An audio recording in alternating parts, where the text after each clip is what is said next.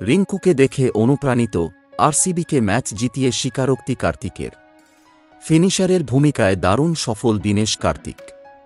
1-0 বলে 2-8 রান করে কার্তিক আরসিবিকে ম্যাচ জেতান।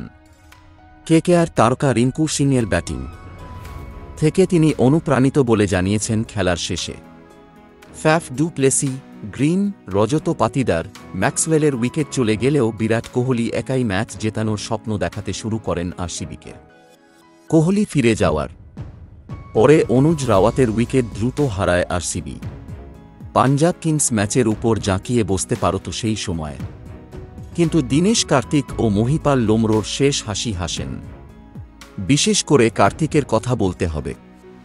শেষ 2 ওভারে কার্তিকের মারমুখী ব্যাটিং পাঞ্জাবের সাজঘর থেকে ম্যাচ নিয়ে চলে আসে আরসিবি ক্যাম্পে। খেলার শেষে রসিকতা করে কার্তিক বলেন, রিঙ্কু সিংকে দেখে আমি অনুপ্রাণিত। কি দারুণ ব্যাটিং করছে রিঙ্কু। বেশ কয়েকজন দুর্দান্ত ক্রিকেটারের খেলা দেখে আমি শিখছি। চাপের মুখে নার্ভ শান্ত রেখে বড় শট খেলতে দক্ষ দীনেশ কার্তিক। বহুবার চাপের মুখে ঝোড়ো ব্যাটিং করে কার্তিক ম্যাচ জিতিয়েছেন।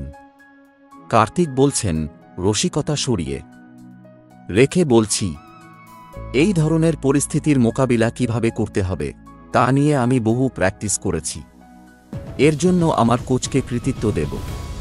প্রায় 10 বছর ধরে কোচ আমাকে নিয়ে খেটেছেন এই ধরনের পরিস্থিতিতে কিভাবে খেলতে হবে সেই সম্পর্কে আমি ওয়াকিবহাল।